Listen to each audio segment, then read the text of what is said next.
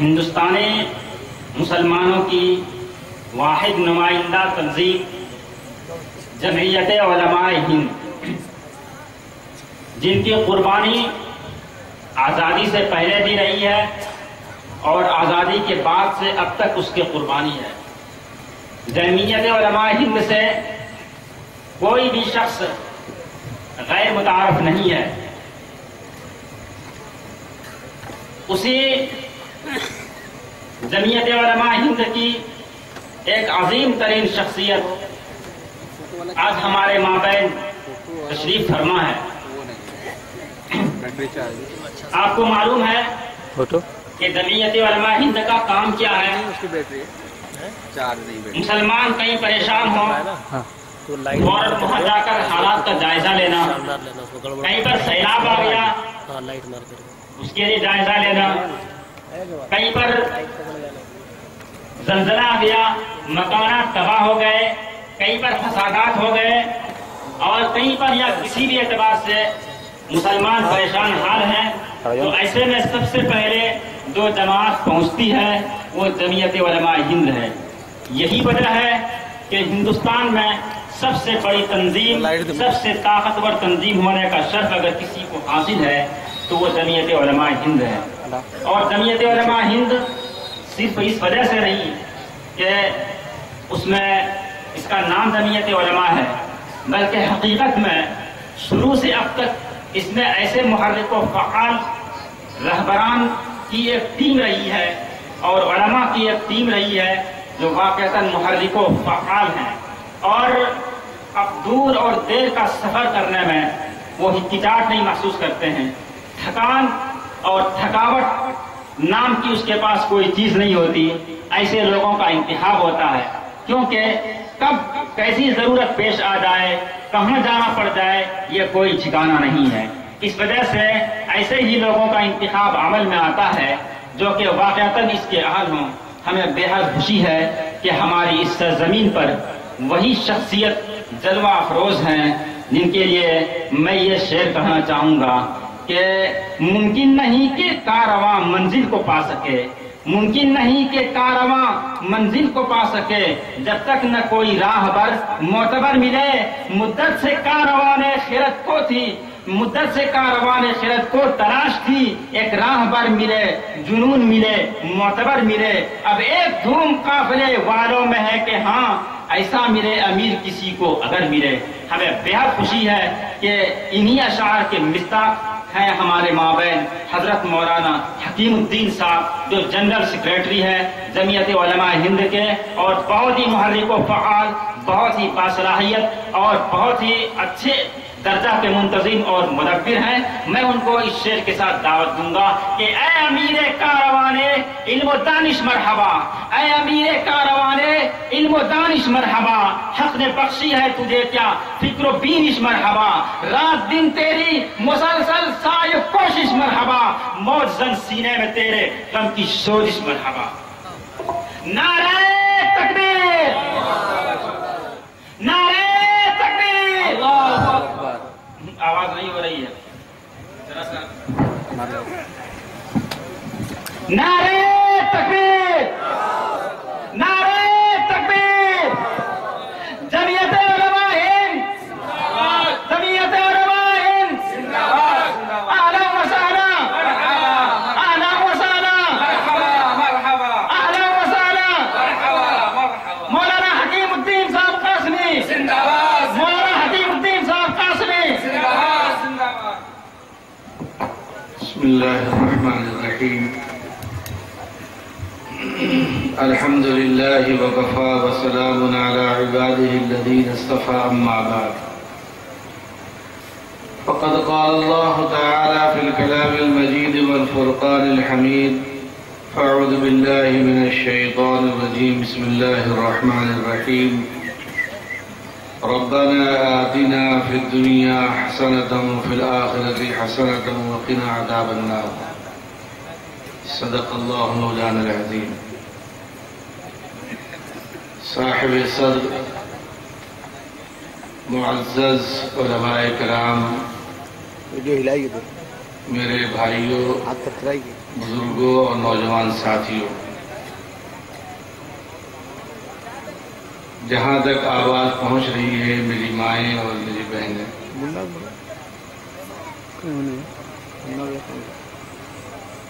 بہت دیر سے آپ حضرات یہاں تشریف فرما ہیں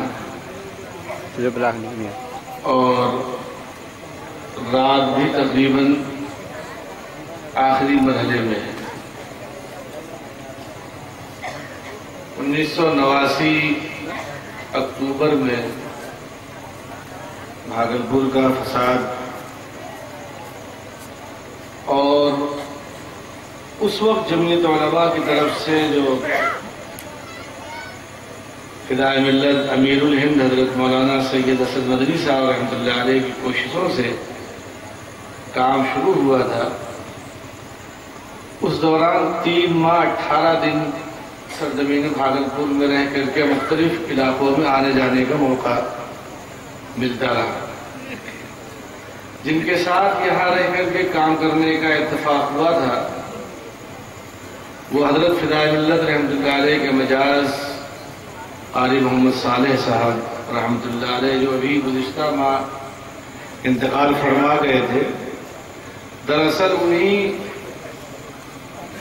کے ورثہ سے تعزیت کے تعلق سے آج کا یہ سفر بحکم حضرت ناظم عمومی جمعیت علماء ہند حضرت مولانا سید محمود مدنی صاحب طے ہوا، اور خوش نصیبی کی بات یہ تھی کہ اس سفر میں جمعیت علماء ہند کے صدر محترم حضرت مولانا قاری سید محمد عثمان صاحب منصور پوری استاد حدیث دارالعلوم دیوبند بھی تشریف لائے ہوئے ہیں۔ یہاں بھی آنا چاہتے تھے لیکن ابھی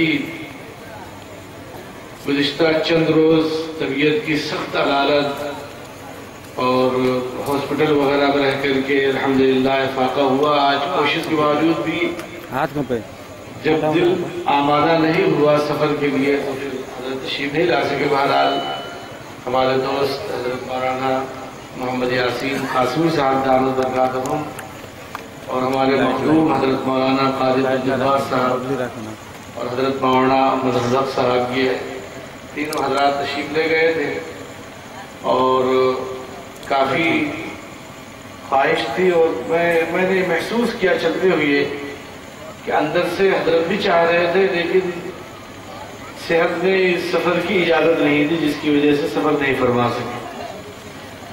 میرے لیے بڑا سنہرا موقع ہے اور سعادت کی بات ہے کہ آپ کے بیچ میں حاضری کا شرف حاصل ہوا ہے۔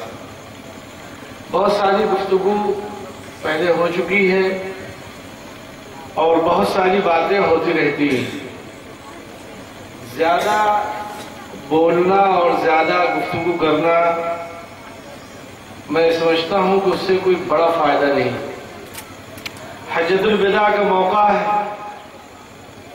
9 ذی الحجہ، میدان عرفات، جناب رسول اللہ صلی اللہ علیہ وسلم کا جو سب سے بڑا خطبہ ہے وہ صرف 18 منٹ کا ہے۔ آپ نے ساری زندگی مختصر سے مختصر گفتگو فرمائی، 2 منٹ، 4 منٹ، 5 منٹ، لیکن حجۃ الوداع کے موقع پر جو آپ نے خطبہ ارشاد فرمایا وہ 18 منٹ کا ہے، اور وہ ایک عالمی منشور ہے۔ جتنے حقوق دنیا کے ہو سکتے ہیں وہ آپ نے اس میں اعلان فرما دیا، عورتوں کے، مظلوموں کے، پڑوسیوں کے، ضرورت مندوں کے، ملکوں کے، غرضے کی ایک ایک حق کو جناب رسول اللہ صلی اللہ علیہ وسلم نے حجۃ الوداع کے موقع پر ذکر فرمایا، اور فرمایا کہ جو لوگ یہاں موجود ہیں وہ بھی اور جو نہیں ہیں وہ بھی، جو موجود ہیں وہ سن لیں، جو نہیں ہیں ان تک پہنچا دیں۔ ہمارے اکابر میں جناب رسول اللہ صلی اللہ علیہ وسلم کی اس زندگی کو مکمل طور پہ ہمارے سامنے پیش فرمایا پوری طرح سے۔ اسی کی ایک کڑی ہے جمعیت علماء، اسی کی ایک کڑی ہے جمعیت علماء۔ اتفاق یہ ہے کہ ہم لوگ واقف نہیں ہیں، حالانکہ آج ہمارے چہروں پہ داڑھیاں اور سروں پہ ٹوپیاں، اور مدارس و مساجد، خانقاہیں، جماعت و جمعیت، جو کچھ اس ملک میں آپ دیکھ رہے ہیں وہ انہی اکابر کی قربانیوں کے صدقے میں،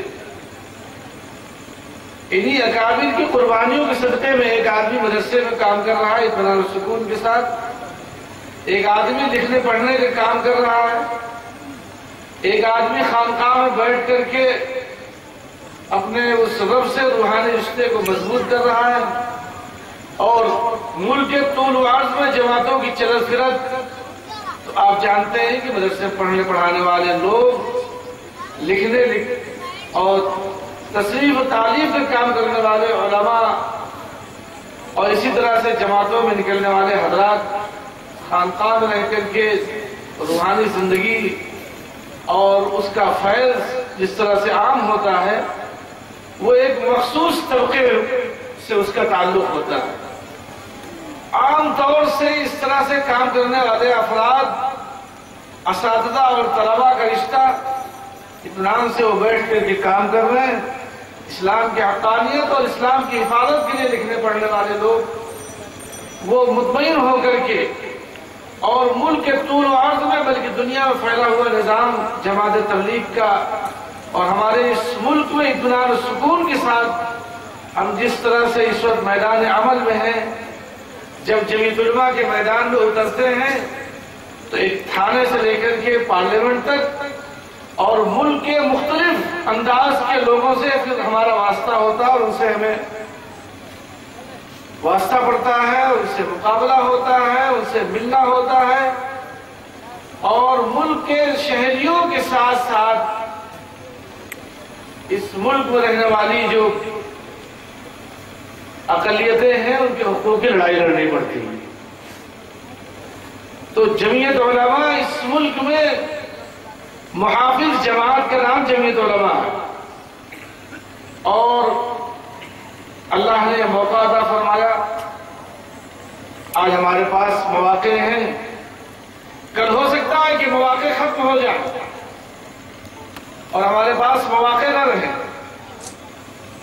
اور ایسا ہوتا بھی ہے کہ انسان کے پاس موقع ہوتے ہوئے وہ فائدہ نہیں اٹھاتا، اور نتیجہ نکلتا ہے تو مواقع ختم ہو جاتے ہیں کہ انسان آج موقع ہے کہ وہ نماز پڑھے، نہیں پڑھ رہا ہے، آج موقع ہے کہ ایک مسلمان داڑھی رکھے اور نہیں رکھ رہا ہے، آج موقع ہے کہ ایک مسلمان دین کی سمجھ صحیح طرح سے پیدا کر کے نظام کو درست کرے، نہیں کر رہا، اور کل کوشش کرے گا اور نہیں کر سکے گا، ایسے حالات پیدا ہوتے ہیں۔ اور میں دیکھ رہا ہوں، اور آپ کو معلوم ہے، ملک میں، دنیا میں مختلف ایسے علاقوں میں ایسے حالات پیدا ہو چکے ہیں کہ انسان مسلمان یہ چاہتا ہے کہ نکاح کرے، نکاح مشکل ہو گیا، زنا عام۔ ابھی نکاح ہوا، حضرت مفتی عبدالرحمن صاحب دعوت برکاتہ نے نکاح پڑھایا اور نکاح کے تعلق سے گفتگو فرمائی۔ آپ چلے جائیں، روہنگیائی مسلمان برما میں ہیں، ہمارے دہلی میں 187 فیملیاں ہیں، میوات میں 278 فیملیاں ہیں، اسی طرح سے ملک کے مختلف علاقوں میں پھیلے ہوئے لوگ ہیں۔ جب یہاں مولانا یاسین صاحب ہمارے ساتھی، ہم لوگوں کا واسطہ ان سے پڑھتا ہے، آتے جاتے ہیں، ان کی زبانی جو بات معلوم ہوتی ہے کہ روہنگیائی مسلمان ایک خاص ایک خطے کا نام ہے، ایک علاقہ، عام برمیوں کے ساتھ نہیں، لیکن بہرحال وہ جو حالات ہیں، آہستہ آہستہ وہ چنگاری جب شروع ہوتی ہے تو پھیلتے پھیلتے وہ دور تک جاتی ہے۔ اگر کسی کو نکاح کرنا ہے تو اس کے لیے دونوں طرف سے 20-20 لاکھ روپے جمع کرنے پڑیں گے، لڑکے والے بھی 20 لاکھ جمع کریں، لڑکی والے بھی 20 لاکھ جمع کریں، حکومت میں درخواست دیں۔ اب یہ ان کی مرضی کی بات ہے کہ وہ اجازت کب دیں گے، جب اجازت ملے گی تب نکاح ہوگا۔ نکاح مشکل ہو گیا اور زنا آسان ہو گیا، زندگی دشوار ہو گئی۔ جو حالات اس وقت ہیں وہ آپ اچھی طرح سے واقف ہیں ہم لوگوں کا تھوڑا سا چونکہ ان سے ایک درجے کا قرب بھی ہے حالات کی وجہ سے، اس وجہ سے یہ ایک موٹی سی مثال میں نے آپ کے سامنے پیش کی ہے۔ باقی دنیا میں اس وقت جو حالات ہیں، ملک شام کو آپ دیکھ لیجئے اور ان علاقوں کو آپ دیکھیے، 80 لاکھ بچے اس وقت یتیمی کی زندگی گزار رہے ہیں۔ 80 لاکھ، 38 لاکھ لوگ ایسے ہیں جو بے گھر ہیں، 38 لاکھ افراد، 80 لاکھ بچے یتیمی کی زندگی گزار رہے ہیں اور 38 لاکھ لوگ بے گھر ہیں۔ اور وہ سرزمین جہاں انبیاء علیہ السلام پیدا ہوئی وہ کرہ رہی سے۔ اور بدقسمتی کی بات یہ ہے کہ وہ جو کچھ بھی ہو رہا ہے اسلام کے نام پہ ہو رہا ہے، اور دنیا کے سامنے ایک ایسے اسلام کو پیش کیا جا رہا ہے کہ ایک مسلمان کو اپنے ہاتھ سے ذبح کرتا ہوا نظر آتا ہے، اور دنیا اس کو یہ سمجھ رہی کہ یہی اسلام ہے، حالانکہ جناب رسول اللہ صلی اللہ علیہ وسلم نے جو دنیا کو پیغام دیا وہ اسلام، اس اسلام سے اس کا کوئی تعلق نہیں جو پیش کیا جا رہا ہے۔ اور دکھلاتے ہیں کہ دیکھو کس طرح سے ایک آدمی کے ہاتھ میں جھنڈا ہے، لا الہ الا اللہ محمد رسول اللہ، اس میں لکھا ہوا، ایک آدمی اس جھنڈے کو، جس کے ہاتھ میں جھنڈا ہے، اس کے ہاتھ کو کاٹ دیا جاتا ہے، جھنڈا نیچے گرتا ہے، لوگ جھنڈے کو جس پہ لا الہ الا اللہ محمد رسول اللہ لکھا ہوا ہے اپنے پیروں سے اس کو رونگتے ہیں، اور وہ بھی کہہ رہے ہیں کہ یہ بھی اسلام کے لیے لڑ رہے ہیں، اور وہ بھی کہہ رہے ہیں کہ یہ بھی اسلام کے لیے۔ اور دنیا ایک اس طرح سے دنیا نے ایسی ایک سازش اور دنیا نے ایک ایسی پلاننگ کر کے لا کے کھڑا کر دیا ہے کہ ایک دوسرے کو ذبح کر رہا ہے اور دنیا کے سامنے پیش کیا جا رہا ہے۔ اور اللہ رب العزت نے ہمیں کچھ ذمہ داریاں دی ہیں، ہماری ذمہ داریاں۔ میں ایک بات عرض کرتا ہوں، اللہ نے انتہائی خوبصورت شکل عطا فرمائی اور تمام نعمتوں سے نوازا، اعلیٰ درجے کی صلاحیتوں سے بھی مالا مال فرمایا۔ یہ کیسے آپ کہتے ہیں کہ آپ بیکورڈ ہیں؟ اتنے علماء اور حفاظ جہاں پیدا ہوں اور تہجد کے وقت ہو گیا آپ بیٹھے ہوئے ہیں ماشاءاللہ، تو بیکورڈ کیسے ہو سکتے ہیں؟ سوچ کو تبدیل کرنا ہوگا، اصل سوچ جو ہے ہماری فکر ہمیں اسے بدلنا ہے۔ سوچ کو تبدیل کریں گے، حالات خود بخود تبدیل ہو گئے، ہم نے سوچنا بھی بند کر دیا ہے، ہم سوچ نہیں رہے سکتے۔ آپ نے سوچا، مثال کے طور پہ آپ کے یہاں مکاتب کی ضرورت ہے، آپ نے سوچا اس پہ، اصلی علوم کے ادارے ہونے چاہیے، اس پہ آپ نے سوچا۔ اور اسی طرح سے ایک دوسرے کے تعلق سے روزگار وغیرہ کے سلسلے میں آپ نے سوچا۔ میں نے اسی وجہ سے اس آیت کریمہ کا سہارا لیا کہ اللہ رب العزت نے قرآن کریم میں ارشاد فرمایا، ربنا آتنا فی الدنیا، اے میرے رب، اللہ نے یہ طریقہ بتایا ہمیں کہ اے میرے رب ہمیں عطا فرمائیے اچھی دنیا، ربنا آتنا فی الدنیا حسنہ وفی الآخرۃ حسنہ، پہلے اچھی دنیا ہو پھر آخرت اچھی ہو، اس کے لیے دعا مانگنے کا حکم فرمایا گیا۔ فدائے ملت حضرت مولانا سید حسن مدنی صاحب رحمۃ اللہ علیہ کی تحریک، ملک کو ملت بچاؤ تحریک چل رہی تھی، تو کسی نے کہا حضرت پہلے آپ ملک کی بات کرتے ہیں، پھر آپ دنیا کی بات، پھر آپ دین کی بات کرتے ہیں، ملت کی۔ تو حضرت نے فرمایا جب ملک ہی نہیں رہے گا تو ملت کیسے بچے گی، وہ ملت کہاں رہے گا؟ جب ملک ہی نہیں بچے گا تو ملت کیسے بچے گا؟ تو آج آپ حضرات ماشاءاللہ جمع ہوئے سوچ اور فکر پیدا کرنے کے لیے۔ مجھے معلوم ہے کہ پروگرام آپ کا سالانہ ماشاءاللہ اس موقع پہ ہوتا رہتا ہے، میری سعادت اور خوش نصیبی کی بات ہے کہ اس وقت میری حاضری ہے۔ تو مجھے اس وقت یہ آپ سے عرض کرنا ہے کہ جب اللہ رب العزت نے آپ کی انتہائی خوبصورت شکل صورت میں آپ کو پیدا فرمایا اور ایمان عطا فرمایا، ایمان کے ساتھ ساتھ اللہ رب العزت نے ہزار نعمتوں سے نوازا، تو اس عظیم ہندوستان میں اللہ رب العزت نے جو پیدا فرمایا ہے، تو کیا اللہ تعالیٰ نے بے سوچے پیدا فرما دیا؟ ہندوستان میں کیوں پیدا فرمایا اللہ تعالیٰ؟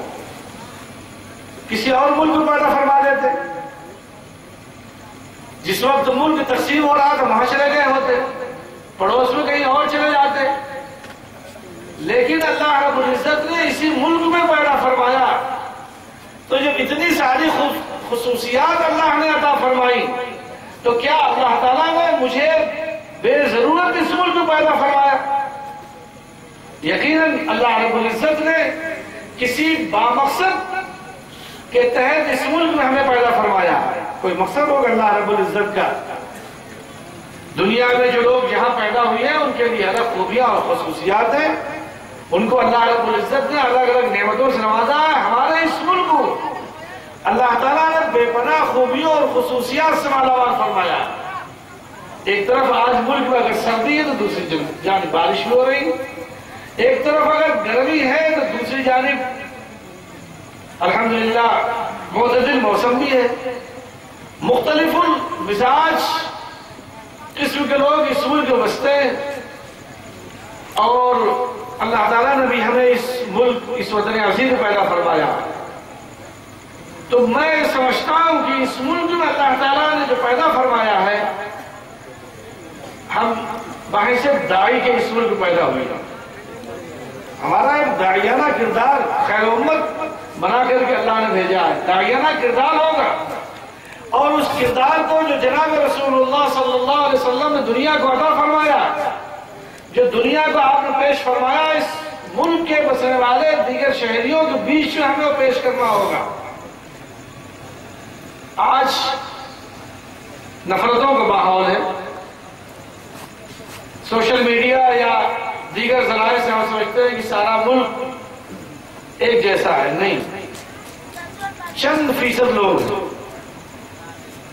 اور ایک بڑا طبقہ ایسا ہے جو خاموش بیچ میں کھڑا ہے، اور ہم ان کو اپنے سے قریب نہیں کر پا رہے ہیں، وہ انتظار میں کہ کاش کی صحیح رہنمائی ہو جاتی اور ہم اس اسلام کے قریب پہنچ جاتے۔ اسلام کا کوئی خطرہ نہیں، نہ پہلے تھا نہ ابھی نہ آئندہ ہوگا انشاءاللہ۔ خطرہ تو ہمارا اپنی زندگی کا ہمیں کہ آیا ہم بچیں گے یا ختم ہوں گے، ہم رہیں گے یا مٹیں گے۔ اسلام نہیں مٹے گا، اسلام کو کوئی خطرہ نہیں، آپ نہیں تو کوئی اور، وہ نہیں تو کوئی اور۔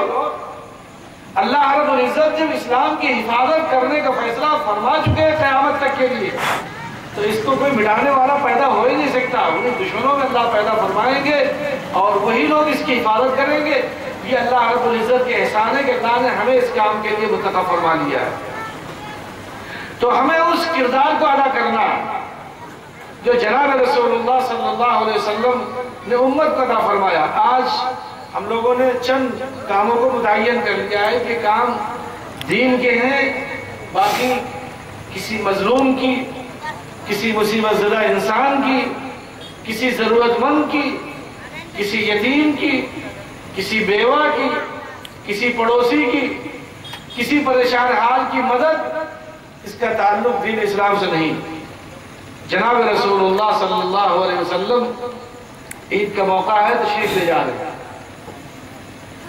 اور جب آپ اپنے گھر سے نکلتے ہیں تو آپ نے دیکھا کہ کچھ بچے خوشیوں میں ڈوبے ہوئے ہیں اور عیدگاہ کی طرف جا رہے ہیں، اور ایک بچہ انتہائی غمزدہ غمگین حالت میں وہ خاموش ایک کنارے کھڑا۔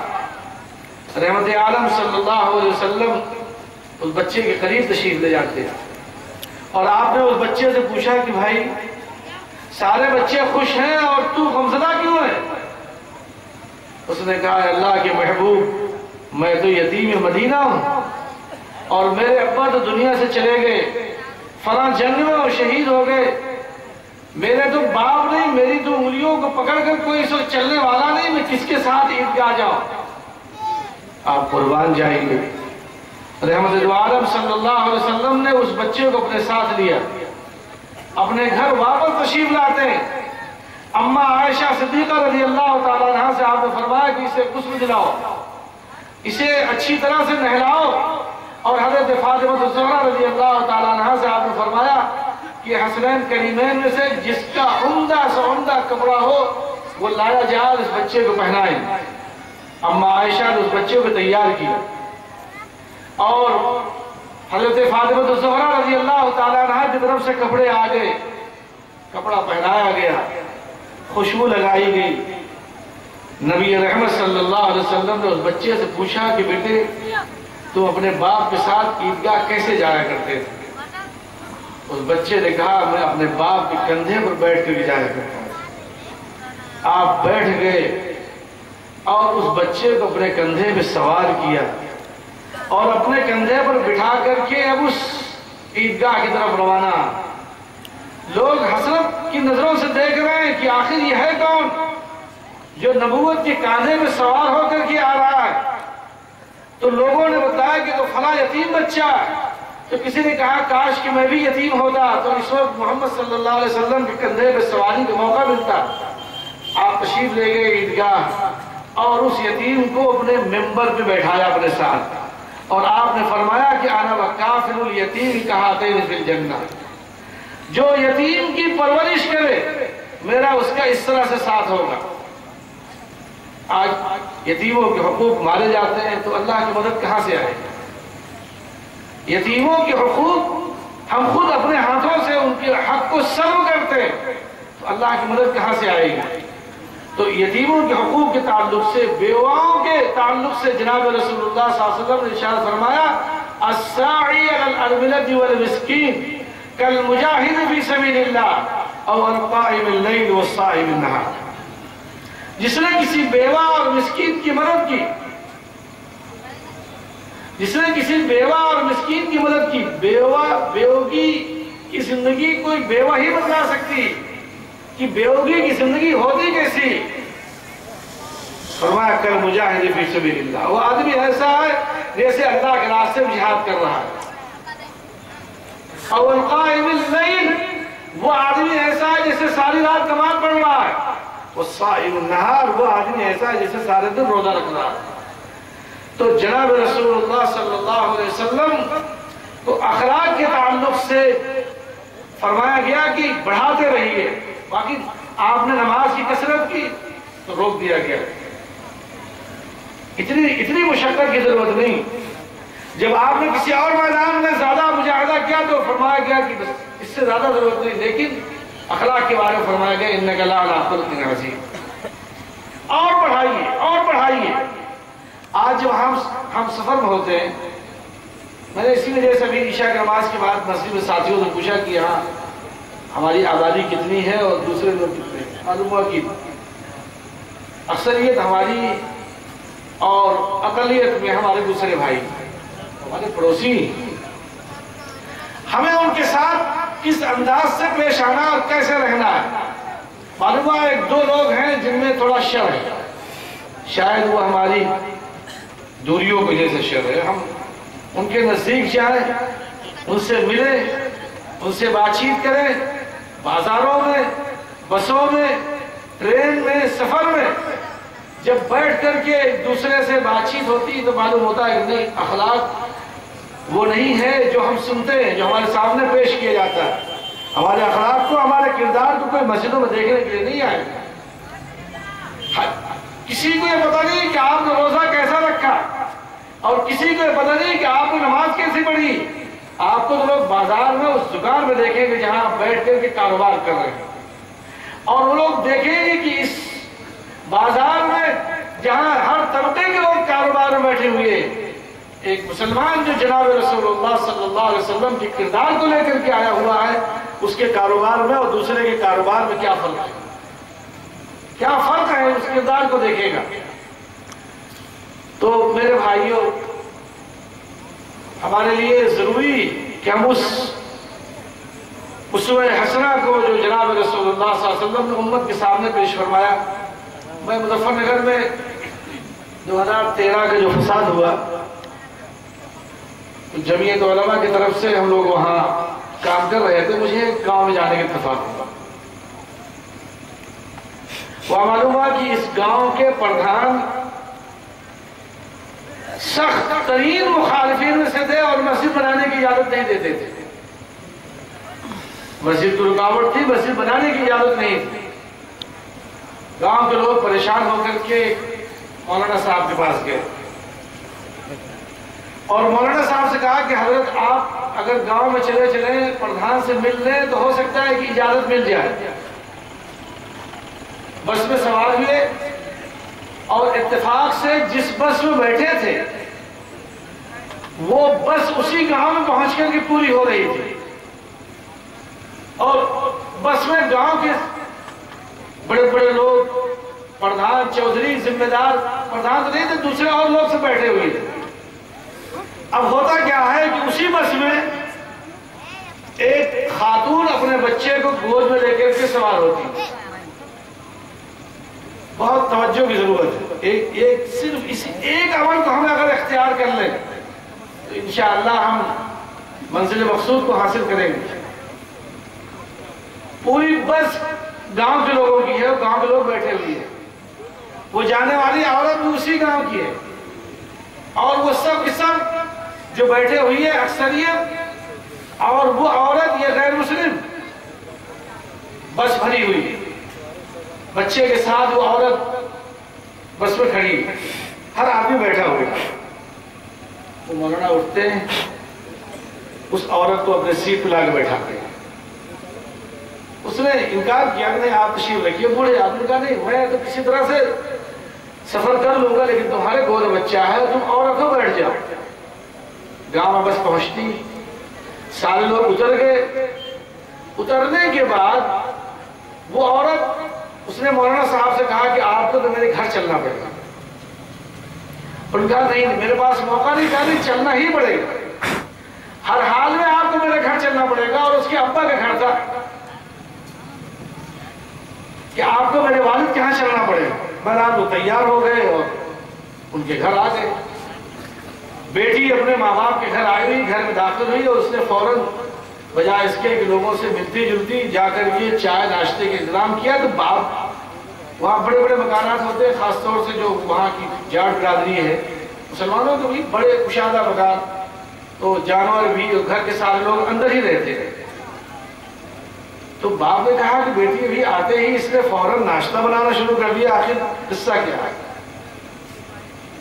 تو ناشتہ وغیرہ تیار کیا۔ تو باپ نے پوچھا کہ کیا بات ہے، اتنی جلدی آتے ہی تم نے کچن میں شروع ہو کر کے اور ناشتہ وغیرہ بنانا شروع کر دیا؟ اس نے کہا کہ مولانا صاحب میرے ساتھ آئے ہوئے ہیں، ایک مولانا صاحب کو میں لے کر کے آئی ہوئی ہے۔ باپ چونکا کہہ رہے میری بیٹی اور مولانا صاحب لے کر کے آئی ہوئی، میری بیٹی کا اور مولانا صاحب سے کیا جوڑ ہے؟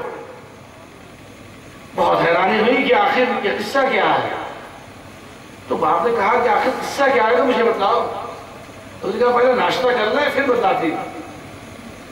بہرحال وہ دوران تیاری اس نے ذکر کیا کہ یہ سارے گاؤں کے چودھری جو آپ کے یہاں کے چائے پیتے، جو آپ کے یہاں کے کھانا کھاتے ہیں، جو آ کر کے یہاں بیٹھتے ہیں، جو حقے پیتے ہیں، وہ حقے وہاں پیے جاتے ہیں، یہ سارے کے سارے لوگ بس میں بیٹھے ہوئے تھے، اور میرا بچہ میری گود میں، میں تنہا تھی، لیکن ایک آدمی بھی بس میں کھڑا نہیں ہوا۔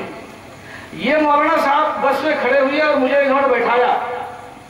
تو ان کے اس اخلاق کی بنیاد پر میں مجبور ہو گئی اپنے گھر لانے کے لیے۔ باپ باہر آیا، باپ نے مولانا سے کہا حضرت مولوی جی، وہاں اس خطے مولوی جی بولتے ہیں، مولوی جی کیسے آنا ہوا؟ کہنے کہ یہاں ایک گاؤں کے پردھان ہیں جو مسلمان مسجد بنانا چاہتا ہے اور وہ مسجد بنانے کی اجازت نہیں دے رہے ہیں۔ تو اس نے کہا کہ آپ چائے پی لیں اور آپ واپس جائیے، میں ہی اس گاؤں کا پردھان ہوں، اب اس مسجد کو میں بنواؤں گا،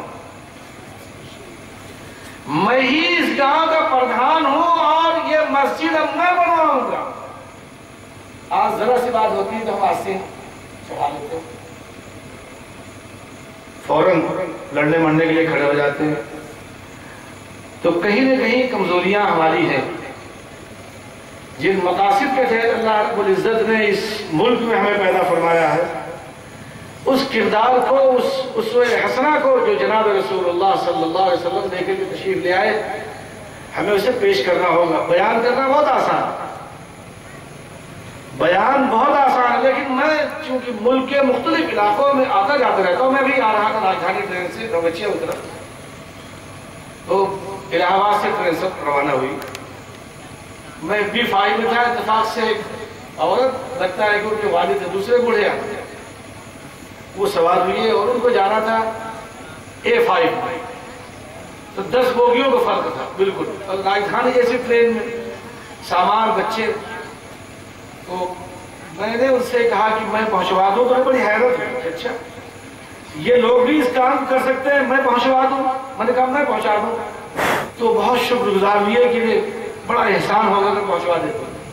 تو میں نے کہا اچھا میں ذرا باتھ روم میں جا رہا ہوں، لوٹ کے آتا ہوں، میں پہنچواتا ہوں. خیر مجھے اس کا موقع نہیں ملا کہ میں ان کی خدمت کرتا، لیکن میں جب باتھ روم سے باہر نکلا تو وہ بیچارے جا چکے تھے، اور میں اندر یہ سوچتا رہا کہ استنجے وضو سے فارغ ہو جاؤں، مجھے عشاء پڑھنی تھی، تو پہلے میں ان کو پہنچا کے آؤں گا، پھر اس کے بعد نماز انشاءاللہ میں ادا کر لوں گا. تو کسی اور نے ان کی مدد کی ہوگی، لیکن ان کو اتنا احساس ہوا اس کا کہ ایک داڑھی ٹوپی والے نے مجھ سے کہا کہ میں پہنچا دیتا ہوں. میں راجدھانی احمد آباد سے دلی آ رہا تھا، ہم 8 آدمی بیٹھے تھے، تو بات چیت شروع ہوئی تو ہمارے 2 جوان آدمی تھے، اس میں سے ایک انجینئر تھا، کمپیوٹر انجینئر. آپس میں بات چیت چل رہی، میں نے محسوس کیا کہ انہیں تکلیف ہو رہی ہے بیٹھنے میں. تو میں نے ان سے کہا میری نیچے کے برتھ ہے، اگر آپ پسند کریں اسے لے لیں. پھر اور گفتگو شروع ہوئی. پھر جمیعت علماء کا ذکر آیا. پھر جمیعت علماء کے سے وہ اچھی طرح سمجھ نہیں سکے جمیعت علماء کیا چیز ہے. ہم نے ان سے کہا مولانا محمود مدنی صاحب سے آپ واقف ہیں؟ تو اٹھ کے کھڑے ہو، اٹھ کے بیٹھ گئے. اور ایک فیملی تھی امریکہ کی، 3 آدمی تھے وہ، جو ایک سائڈ میں بیٹھے ہوئے تھے. رہنے والے گجراتی لیکن امریکہ رہنے لگے. تو وہ نوجوان کہنے لگا تم مولانا محمود مدنی صاحب کے ساتھ رہتے ہو؟ میں نے کہا جی. کہا واقعی تم ان کے ساتھ رہتے ہو؟ میں نے کہا جی. 3-4 دفعہ اس نے کہا تم مولانا محمود مدنی صاحب کے ساتھ رہتے ہو؟ میں نے کہا ہاں. کہا ملواؤ گے؟ میں نے کہا بالکل ملواؤں گا. تو اس نے کہا 10 آدمی اگر مولانا محمود مدنی جیسے پیدا ہو جائیں تو اس ملک کی تقدیر بدل جائے گی، اس ملک کی تقدیر بدل جائے گی. پھر بہرحال انہوں نے اپنے حساب سے وہ جو پرویز مشرف صاحب کے ساتھ جو واقعہ پیش آیا تھا، اور پھر ملک میں اور جو حالات اور معاملات امن عالم کانفرنسوں کے حوالے سے، پھر وہ ہم سے زیادہ انہوں نے ترجمانی کی. اللہ رب العزت کا فضل ہے اور اس کا احسان ہے کہ جہاں بہت سی خوبیاں آپ کے اس گاؤں میں ہیں، اس خوبی کا بھی ذکر کیا گیا. مولانا یاسین صاحب ماشاءاللہ آپ کے اسی گاؤں کے آپ کے ہی فرزند ہیں، اور جمیعت علماء میں ایک بڑے ذمہ دار کی حیثیت سے اس ادارے سے وابستگی ہے جس کا تعلق ہی دعوت و ارشاد کا ہے، لکھنے پڑھنے کا. اور یہ ماشاءاللہ یہاں موجود ہیں. یہ انتہائی متحرک اور باصلاحیت انسان. مادر علمی دارالعلوم دیوبند کی نسبت 2 بڑی نسبتیں آپ سے وابستہ ہیں، اور جلال آباد سے ماشاءاللہ حضرت وسیع الامت حضرت مولانا وسیع اللہ خان صاحب رحمۃ اللہ علیہ کی بھی نسبت. جو غرضے کی نسبتوں کا ایک طرح کا خزانہ آپ کے یہاں ہے، ان سے آپ کو فائدہ اٹھانا چاہیے. اور علوم نبوت کے اعتبار سے بھی، ظاہری اور باطنی اعتبار سے بھی، اس ملک میں ہمیں کس طرح سے برادران وطن کے ساتھ رہ کر کی زندگی گزارنی، اور اپنے اس پیغام کو لوگوں تک کیسے پہنچانا ہے، چھوٹے بچوں کو دینی تعلیم سے کیسے انہیں آراستہ کرنا ہے، بچیوں میں دین مکاتب کے تعلق سے، مدرسے کی لائن سے، عصری علوم، تاکہ ایک شخص پیدا ہوا جبکہ ان کے باپ ایک مندر کے سامنے بیٹھ کر کے پھول بیچتے تھے. ان کے والد مندر کے سامنے بیٹھ کر کے پھول بیچتے تھے، جن کو دنیا ڈاکٹر عبدالکلام کے نام سے جانتی ہے. صدر جمہوریہ بنائے گئے ان کے لیے معمولی چیز تھی. ڈیفنس کے ایڈوائزر 15 سال تھے. ملک میں پہلا آدمی ایسا جو ڈیفنس کا ایڈوائزر 15 سال رہا ہو. حکومتیں بھی وہ فیصلہ نہیں کر سکتی ہیں، وزیر اعظم کے بھی وہ اختیارات نہیں ہیں جو ڈیفنس کے ایڈوائزر کے اختیارات ہیں. جس دن وہ صدر جمہوریہ بنائے گئے اس سے 1 دن پہلے تک وہ ڈیفنس کے ایڈوائزر تھے. آخر کس چیز نے ان کو یہاں پہنچا؟ انہوں نے کوشش کی، انہوں نے جدوجہد کی، اور باپ ان کے مندر کے سامنے بیٹھ کے پھول بیچتے تھے. بھائی ان کی آج بھی چھتری بناتے ہیں, اپنے ہاتھ سے مرمت کرتے ہیں. لیکن اس میدان میں اترے تو انہوں نے ثابت کیا آج تک آزاد ہندوستان میں 15 سال تک کوئی ڈیفنس کا ایڈوائزر نہیں رہا ہے. تو آپ حضرات اس میدان میں جب اتریں گے اور اترے ہوئے ہیں, اس کا ذکر آیا ماشاءاللہ, تو دینی اور دنیاوی دونوں اعتبار سے آپ کو تیار ہونا ہے. جمعیت علماء کا 35واں اجلاس عام بہت سارے مقاصد لیے ہوئے ملک کے مختلف علاقوں میں اس سے پہلے بھی 32 بڑے بڑے اجلاس آل انڈیا اجلاس ہو چکے ہیں. آج ملک میں وہ ماحول پیدا کیا جا رہا ہے جس سے مسلک کے نام پر نفرت پیدا ہو اور مسلکوں کی لڑائیوں کو اجاگر کیا جائے. جمعیت علماء نے فیصلہ کیا کہ مسلکی لڑائیوں کو ختم کیا جائے, اور یہ کوشش تو حضرت سراج ملت رحمۃ اللہ علیہ کے زمانے سے الحمدللہ لوگ اپنے اپنے مسلک پہ عمل کریں, لیکن ملک میں جو مشترک معاملات ہوں ان میں یکجا ہوں. الحمدللہ وہ کوشش اللہ رب العزت نے کافی حد تک قریب پہنچا دیا. بریلی سے چل کر دیوبند آ گئے, میرٹھ میں اجلاس ہوا, گودرا میں اجلاس ہوا, پھر پالنپور میں اجلاس ہوا جس میں خود اجمیر شریف کے سجادہ نشین شریک ہوئے, اور اب الحمدللہ جمعیت علماء کا 35واں اجلاس عام آل انڈیا اجلاس خود خواجہ غریب نواز کی نگری اجمیر شریف میں ہونے جا رہا ہے. 12-13 نومبر سنیچر اتوار کو انشاءاللہ امید ہے کہ آپ حضرات اس میں شرکت فرمائیں گے, اور اس سے ملک کو نہیں بلکہ دنیا کو ایک عالمی پیغام دیا جائے گا. حضرت خواجہ معین الدین چشتی اجمیری رحمۃ اللہ علیہ وہ بزرگ ہیں کہ وہ روزے سے تھے, نفلی روزہ تھا. ایک شخص آیا دور دراز سے کھانا لے کر کے کہ حضرت کو پیش کریں. دسترخوان لگایا گیا تو کسی نے کہا حضرت روزے سے ہیں, تو حضرت نے فرمایا روزہ تو کل رکھ لیں, لیکن ان کا دل رکھنا اس وقت ضروری. حضرت نے فرمایا کہ روزہ تو پھر میں کل رکھ لوں گا, لیکن ان کا دل رکھنا ضروری.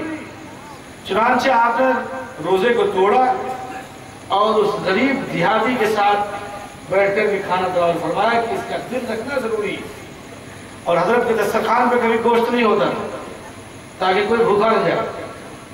یہ عام اعلان تھا کہ دسترخوان پہ کوئی بھی آئے تو بھوکا نہیں جائے گا, تاکہ سب لوگ کھانا کھائیں. تو حضرت نے کبھی اپنے دسترخوان پہ گوشت نہیں رکھا. میرا ابھی جانا ہوا تو سجادہ نشین صاحب دوران گفتگو فرمانے لگے کہ 800 سالہ خواب انشاءاللہ آپ جمعیت علماء کے ذریعے سے اجمیر شریف کی سرزمین سے پورا ہوگا. تو بہرحال مجھے چونکہ عادت نہیں ہے بولنے کی اور بولنا آتا بھی نہیں ہے, اور رات کا ایک بڑا حصہ گزر چکا ہے, میرے بس اور اختیار نہیں ہے کہ میں اپنی بات کو آپ حضرات کے بیچ میں زیادہ دیر تک پھیلا سکوں. چند ٹوٹی پھوٹی باتیں جو اس وقت میرے ذہن میں آئی ہیں اور میں نے آپ کی خدمت میں پیش کی ہیں.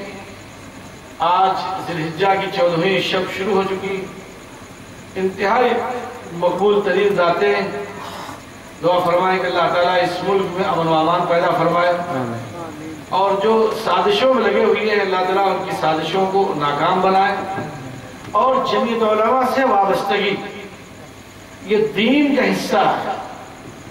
آپ اپنے آپ کو جمعیت علماء سے وابستہ کریں, اکابر سے جوڑیں, اور دینی فکر اور لوگوں کی ضرورتوں پر. حضرت خواجہ معین الدین چشتی اجمیری رحمۃ اللہ علیہ کے پاس ایک دیہاتی آئے دہلی سے چل کر کہ شمس الدین التمش بادشاہ تھے, ان کے کارندوں نے زمین پر قبضہ کر لیا. شمس الدین التمش جبکہ خود ایک بزرگ آدمی, بزرگ بادشاہ, ان کے کارندوں نے زمین پر قبضہ کر لیا ہے. وہ اجمیر شریف آئے, حضرت سے درخواست کی تو حضرت اگر آپ چلے تو وہ زمین ہمیں مل جائے گی. حضرت خواجہ معین الدین چشتی اجمیری رحمۃ اللہ علیہ نے اس کی درخواست پر دہلی کے پیدل سفر فرمایا،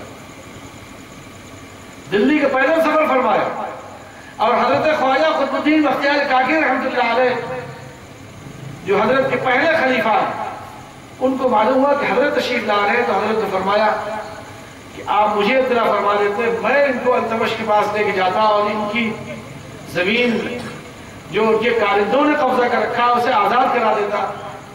تو حضرت خواجہ معین الدین چشتی اجمیری رحمۃ اللہ علیہ نے فرمایا کہ سفارش اور مخلوق خدا کی خدمت سے مجھے کیوں محروم کیا جا رہا؟ میں تو اللہ رب العزت سے اپنے لیے اجر لینے کی وجہ سے اس آدمی کے ساتھ سفر کر کے یہاں آیا ہوں، تاکہ ایک کوشش اور ایک سفارش کرنے والے کا جو مقام ہوتا ہے اللہ رب العزت مجھے اس خانے میں میرا شمار فرما۔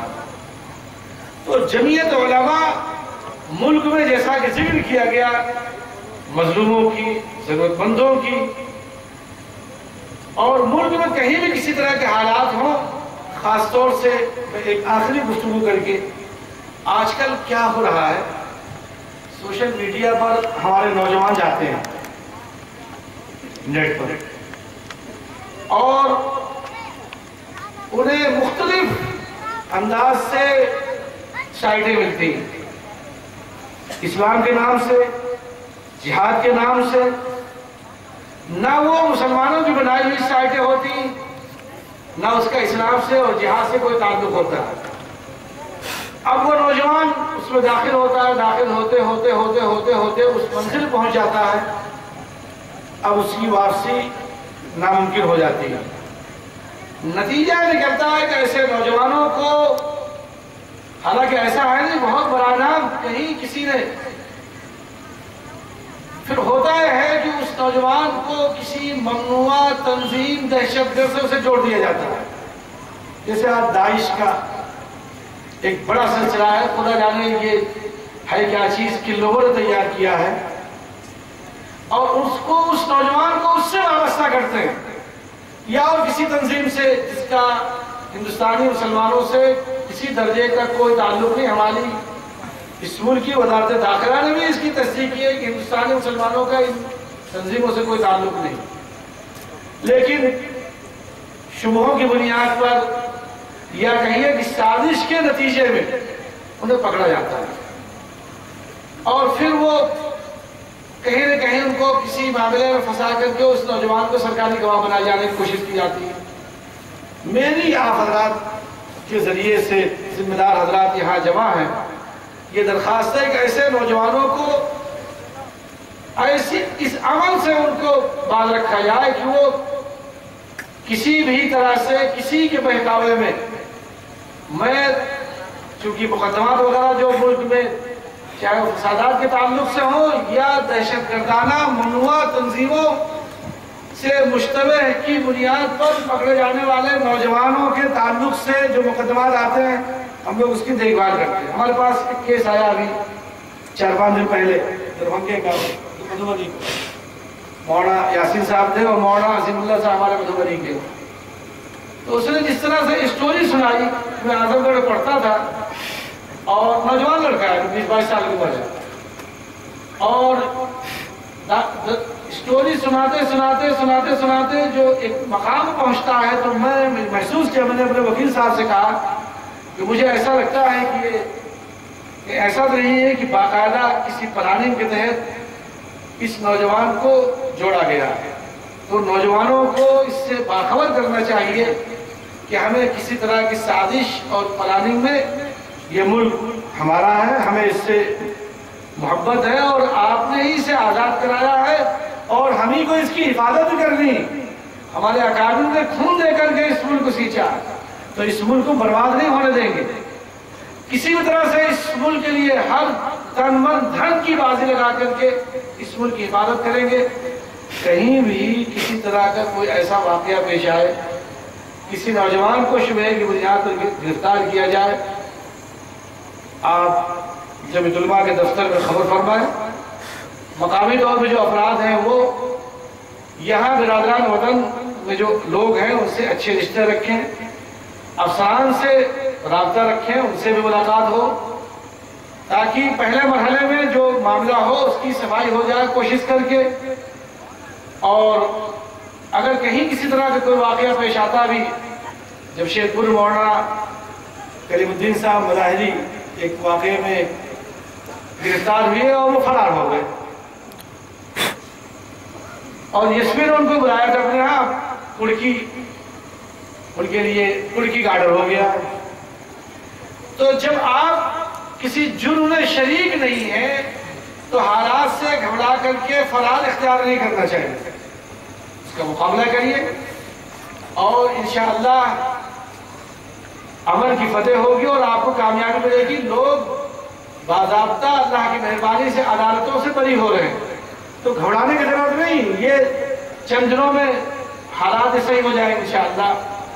میں کٹک گیا جب یہ حالات پیدا ہوئے، جھارکھنڈ اور اڑیسہ، کٹک وغیرہ، بھونیشور گیا ہوں، تو ہمارے ہوا کہ سارے مدارس پہ اس وقت حالات گرے ہوئے ہیں، لوگوں کو پریشانی ہے۔ تو میں نے جہاں ڈی جی پی سے ہم لوگوں کی جو میٹنگ ہوئی، افسران سے ہم نے کہا ہمارے مدرسے کھلے ہوئے ہیں، آپ جب جی چاہے آپ 24 گھنٹے میں کسی وقت آئیے، اور آپ کو دعوت دینی چاہیے، ہمیں مدرسے والوں کو، افسران کو دعوت دینی چاہیے، پریس کے لوگوں کو لانا چاہیے کہ جو آپ سنتے وہ نہیں بلکہ حقیقت دیکھیے، اور اسے آگے بھی دیکھیں، جیسا کہ ہم 15 اگست اور 26 جنوری کے پروگرام بلاتے ہیں۔ اور مدارس کے لوگوں سے یہ درخواست ہے، آمد و رفت بچوں کی معاملات کی درستگی یہ ضروری، تاکہ ہم پوری طرح سے صاف ستھرا معاملہ رکھ کر کے اپنے آپ کو، الحمدللہ اس ملک میں اس مدرسہ بنانا بہت آسان ہے، کوئی مشکل نہیں۔ ابھی یہی سے آپ بیٹھے بیٹھے ملک میں کہیں ٹیلی فون کیجئے، صبح مدرسہ بن جائے گا۔ اسکول بنانا مشکل، مسلمانوں کے علاقوں میں ہاسپٹل بنانا مشکل۔ سچر کمیٹی نے جو رپورٹ پیش کی ہے اس میں یہی سب تو ہے، اور رنگناتھ مشرا کمیشن کی جو سفارشات ہیں یہی تو ہیں، جس کو فدائے ملت امیر الہند حضرت مولانا سید اسد مدنی صاحب رحمۃ اللہ علیہ 1998 میں 22 لاکھ کے قریب دستخطی مہم چلا کر کے اس وقت کے صدر جمہوریہ کو پیش کیا تھا، اور یہ مطالبہ کیا تھا کہ اس ملک میں مسلمانوں کی آبادی کے اعتبار سے سرکاری اور نیم سرکاری اداروں میں ان کے کوٹے متعین کیے جائیں، ریزرویشن دیا جائے سرکاری اور نیم سرکاری اداروں میں۔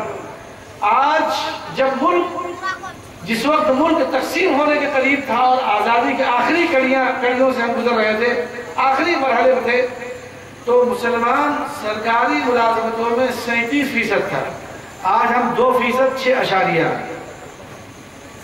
اس وقت جو ملک میں مسلمانوں کی سرکاری نمائندگی ہے یا نیم سرکاری اداروں میں، وہ 2% 6 کی ہے۔ تو حکومتوں سے مطالبہ کیا گیا، اس کا فائدہ ہوا، یہ تحریک شروع ہوئی، اور الحمدللہ آندھرا کرناٹکا، آندھرا میں 4%، کرناٹکا میں 6%، تامل ناڈو میں 3.5%، منی پور اور کیرلا میں، یہ وہ صوبے ہیں جن میں ریزرویشن دیا گیا، اور اس ریزرویشن سے مسلمان نوجوان آج فائدہ اٹھا رہا ہے۔ اور جمعیت علماء کی یہ تحریک اور یہ مطالبہ جاری ہے ہر اجلاس میں، اور باقاعدہ جیل بھرو تحریک بھی شروع کی گئی، اور اس کو دین سمجھ کر کے، کوئی سیاسی مقصد نہیں۔ جمعیت علماء الحمدللہ ایک خالص مذہبی جماعت ہے، اور یہ وہ سارے کام مسلمان باعزت زندگی گزارے، اس ملک میں اس ملک کا باعزت شہری بن کر کے زندگی گزارے، یہ جمعیت علماء کی خواہش ہے، اور یہی اسلام اور پیغمبر اسلام صلی اللہ علیہ وسلم کا طریقہ رہا ہے، آپ کی زندگی کا اسوہ حسنہ ہے کہ باعزت زندگی، اور آپ کے اس طریقے کے مطابق جو نمونہ آپ نے ہمیں اکابر کے واسطے سے جو چیزیں ہم تک پہنچی ہیں، ہمارے اکابر نے جو ہمیں دیا ہے، اسے اختیار کریں۔ اللہ رب العزت آج کے اس جمع ہونے کو بھی قبول فرمائے، اور علاقے میں جمعیت علماء کا ایک نظام ہے پورے ملک میں، ہر 2 سالہ اس کی ممبر سازی ہوتی ہے، مرد عورت عاقل بالغ اس کے ممبر بنتے ہیں، اور پھر ممبر بنائے جانے کے بعد علاقائی کمیٹیاں بنتی ہیں، علاقائی کمیٹیوں کے بعد تعلقہ تحصیل کی کمیٹیاں ہوتی ہیں، شہر کی کمیٹی ہوتی، ضلع کی کمیٹی ہوتی، صوبے کی کمیٹی ہوتی، پھر یہی افراد جو ایک گاؤں سے اٹھتے ہیں وہ ضلع میں، تحصیل میں، ضلع میں، صوبے سے مرکز میں آتے ہیں، جسے اراکین مرکزیہ کہا جاتا ہے۔ یہ تو ہماری کمزوریاں ہیں کہ ہم لوگوں تک جو مرکز سے کوشش ہوتی ہے ہر 2 سالہ فارم چھپائے جاتے ہیں، لوگوں تک پہنچایا جائے، اور اس کے جو دستور اس کا جو ہے اسے دستور کو آپ دیکھیں، پڑھیں۔ ہمیں ملک میں برادران وطن کے ساتھ مشترک پروگرام میں تفسیر قرآن کریم کے تعلق سے، قرآن کریم سے تو ہم روٹ گئے، قرآن کریم سے تو ہم روٹ گئے، تفسیر قرآن کا تو اب ذکر ہی ختم ہو گیا، کہیں کہیں ہوتا ہے ورنہ اب تو ختم ہو گیا۔ اسی طرح سے احادیث نبی صلی اللہ علیہ وسلم کے تعلق سے مسائل کو بیان کیا جائے، قرآن کریم کی تفسیر کی برکت سے جو علاقوں میں، محلے میں اور لوگوں پہ جو اس کا روحانی اثر جو اس کی برکت ہوگی، اس فائدے سے ہم محروم ہیں۔ لہذا ہمیں اپنے علاقوں میں علماء سے میری یہ درخواست ہے کہ وہ اپنے اپنے علاقوں میں قرآن کریم کی تفسیر کا، اور جب شروع کرتے ہیں تو ایک شکایت آتی ہے۔ وہ شکایت کیا ہے؟ علماء کہتے ہیں کہ جماعت تبلیغ کے لوگوں کو اعتراض ہوتا ہے کہ انہوں نے تفسیر قرآن کا سلسلہ کیوں شروع کر دیا، تو تبلیغ نصاب پڑھی جائے۔ میری آپ سے یہ درخواست ہے کہ ہم ایک دوسرے کی معاون بنیں، ہم ایک دوسرے کی معاون ہوں۔ جماعت کا جو نظام ہے جس طرح سے چل رہا ہے جس وقت، ہم اس کے معاون ہوں، اور جو وقت خالی ہے ہم اس میں تفسیر کا وہ ہمارے معاون ہوں۔ مشکل یہ ہے کہ ہم لوگوں نے دین کو تقسیم کر دیا۔ ہم سمجھ رہے ہیں کہ تفسیر قرآن یہ مدرسے والوں کے لیے ہے، پڑھنا پڑھانا یہ مدرسے والوں کے لیے ہے، گشت کا کرنا اور کرانا اور کرنا اور لگنا یہ عام آدمیوں کے لیے نہیں۔ میرے بھائی یہ سب ایک ہے۔ اللہ رب العزت نے ہمارے اکابر کو اس ملک میں پیدا فرما کر کے یہ نظام جماعت تبلیغ کی شکل میں اس کی حفاظت کے لیے ملک میں کہیں بھی حادثہ اسی طرح کے پیش آتا ہے، جمعیت علماء اور دین کے بڑے بڑے مراکز جو آپ دیکھ رہے ہیں دارالعلوم دیوبند کی شکل میں، اور پھر اس کے ملک میں فیض ادارے جس سے ہم روشنی حاصل کر رہے ہیں، تو یہ وہ تینوں ادارے ہمارے اکابر نے قائم فرمایا ہے دین کی محنت کے لیے، دین کی حفاظت کے لیے۔ ایک دوسرے کا معاون بن کر کے میدان میں اترے گا تو انشاءاللہ اس سے برکت ہوگی اور فائدہ زیادہ ہوگا۔ حضرت مفتی عبدالرحمان صاحب فرما رہے تھے کہ اس علاقے میں بڑا عیب ہے، اور کہیں شراب ہے، کہیں جوا ہے، کہیں کسی طرح کی کوئی اور بیماری، تو برادران وطن کے ساتھ بھی مثال کے طور پہ جہیز ہے، سارے لوگ اس مرض میں مبتلا ہیں، وہ بھی ہیں اور ہم بھی ہیں۔ شراب اگر ہے تو اگر کہیں ہے تو وہ بھی مضر ہے، ان کے لیے بھی ہمارے لیے بھی، ہم لوگ مشترک پروگرام بنا کر کے اور اس میدان میں اترے اور شراب کی بندش پہ کوشش کریں کہ شراب کو بند کیا جائے، اور اس پہ ہمارا بھی حصہ ہونا چاہیے۔ کہیں کسی میں کوئی تکلیف آتی تو ہم ان کی تکلیف میں، دکھ میں، درد میں شریک ہوں۔ حضرت مفتی صاحب فرما رہے تھے کہ یہاں پنچایتوں کا نظام ہے جو قرآن و سنت سے ہٹ کر کے ان کا اپنا الگ نظام ہے، باقاعدہ طلاق دلوائے جاتے ہیں اور کوشش ہوتی ہے لڑکی والوں کی طرف سے، اور پھر اس میں زبردستی پیسے وصول کیے جاتے ہیں۔ میرے بھائی ایک طرح کا ڈاکہ ہے، یہ ڈاکہ ہے۔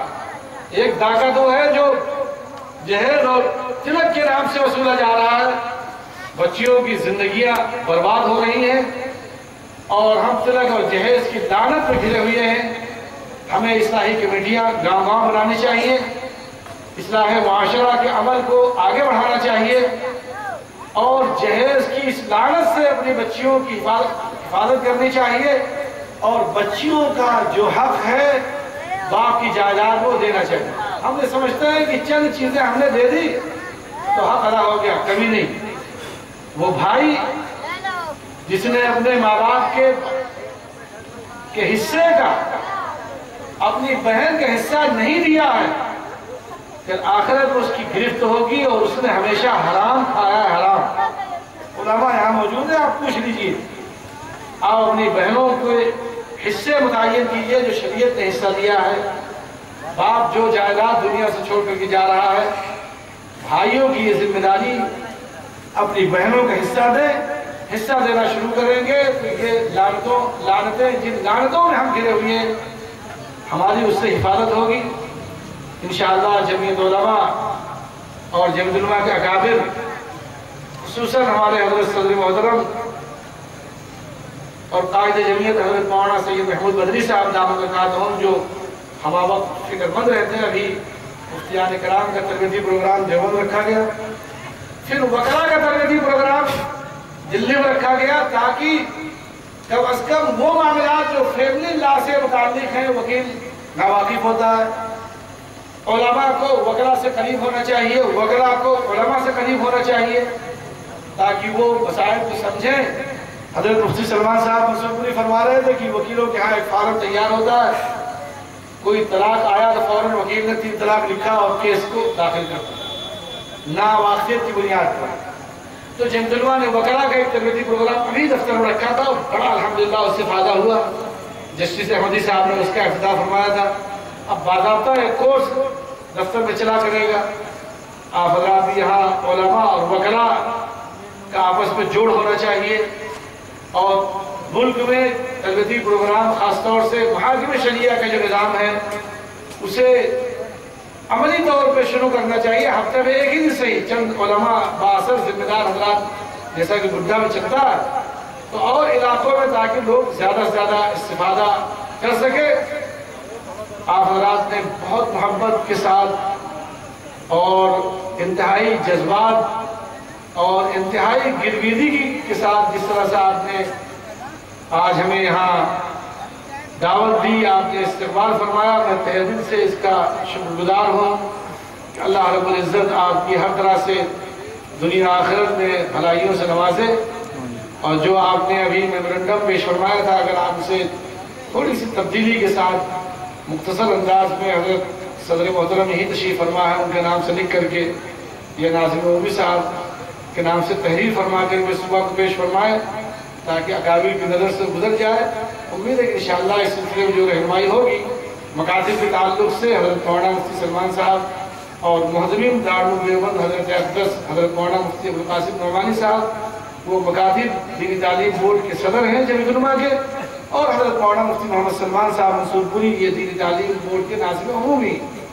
تو اور اس کے دفتر میں باقاعدہ نظام ہے, چند افراد ہیں جو دیکھتے ہیں اور ملک میں آتے جاتے ہیں. آپ حضرت مفتی سلمان صاحب دامت برکاتہم کو لکھ کر کے ان کی خدمت میں آپ پیش فرمائیے. حضرت صدر محترم یہی ہیں قریب میں, ان کو آپ پیش فرمائیں, مجھے یاد دے دیجئے, یا خود مولانا یاسین صاحب حضرت ناظم عمومی صاحب کو. انشاءاللہ یہ کوئی مشکل نہیں, ملک میں مختلف علاقوں میں نظام چل رہا ہے اور یہاں بھی چلے گا. اور یہ تو بڑی سعادت کی بات ہوگی کہ ایسے علاقے میں جہاں اتنے اہل علم علماء اکابر حضرت مدنی حضرت فلاح ملت مجاہد ملت اور ان کے امین یہاں موجود ہیں, تو یہ سلسلہ یہاں باقی رہے. جمعیت علماء سے وابستگی آپ حضرات کو اس نظام کے تحت آپ حضرات وابستہ ہوں, اور جہاز کی تو خود ایک جمعیت علماء قائم ہو سکتی, یہاں مستقل ایک نظام بنایا جا سکتا ہے. اس جہاز کتے کا ایک مستقل صدر سیکریٹری, اور یہاں ممبر سازی ہو افراد. اگر نہیں ہوئی ہے تو اس کی آسان شکل ہے کہ ڈھاک کمیٹی بنا کر کے ممبر سازی کرا دیں, پھر وہ کمیٹیاں بن جائیں, پھر اس صوبے میں داخل ہوں, پھر وہ برکت میں آ جائیں. آپ ہی حضرات جمعیت علماء ہیں, اوپر کا کوئی نظام نہیں, وہ نیچے سے چلتا ہے, وہ وہی جمعیت علماء بنتی ہے. اور ملک میں اللہ کی مہربانی سے نظام چل رہا ہے, محاکم شریعہ کے بھی جمعیت علماء کا بھی, اور اس طرح کے جو حالات معاملات ہیں. بہرحال ملک آپ کے اس پورے علاقے میں پھر میں عرض کرنا چاہتا ہوں کہ کسی نوجوان کی بیجا گرفتاری ہو, آپ مولانا یاسین صاحب کا بھی نمبر رکھیے اور میرا بھی رکھیے, ہمارے وکیل صاحب ان کا بھی نمبر رکھیے. 24 گھنٹے دفتر میں اس کا رابطہ رہتا ہے, اور وکیل صاحب کو فوراً باخبر کرے تاکہ وہ نوجوان اور نوجوان کے ورثہ کسی بڑی پریشانی میں مبتلا نہ ہو سکے, اور ان کے لیے ان کی رہائی کی کوششیں ہوں. اللہ تعالیٰ آج کے اس روح پرور اجتماع کو اس بابرکت شب میں اس عظیم الشان پنڈال میں اللہ قبول فرمائے. وآخر دعوانا الحمدللہ رب العالمین. السلام علیکم ورحمۃ اللہ وبرکاتہ.